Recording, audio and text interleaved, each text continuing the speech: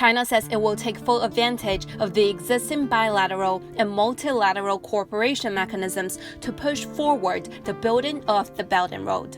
This multi-trillion-dollar plan spans more than 60 countries and 30% of the world's GDP.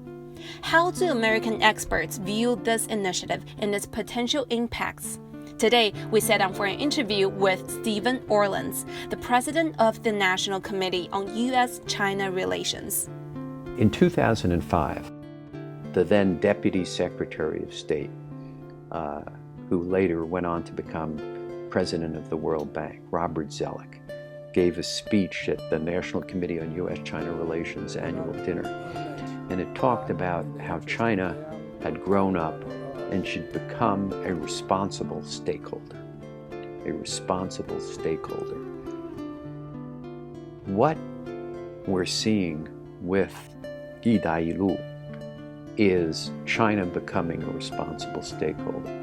That these investments that China is going to make is going to lift hundreds of millions of people out of poverty, is going to create trade routes that existed centuries ago but have basically died because of the poverty. It's going to help when you lift people out of poverty the way China is planning on doing.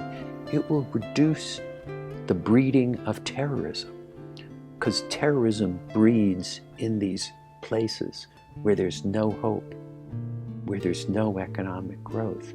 So by investing to its west, it's going to be great. It's going to both be great for China, great for those countries, and in my view, great for the world.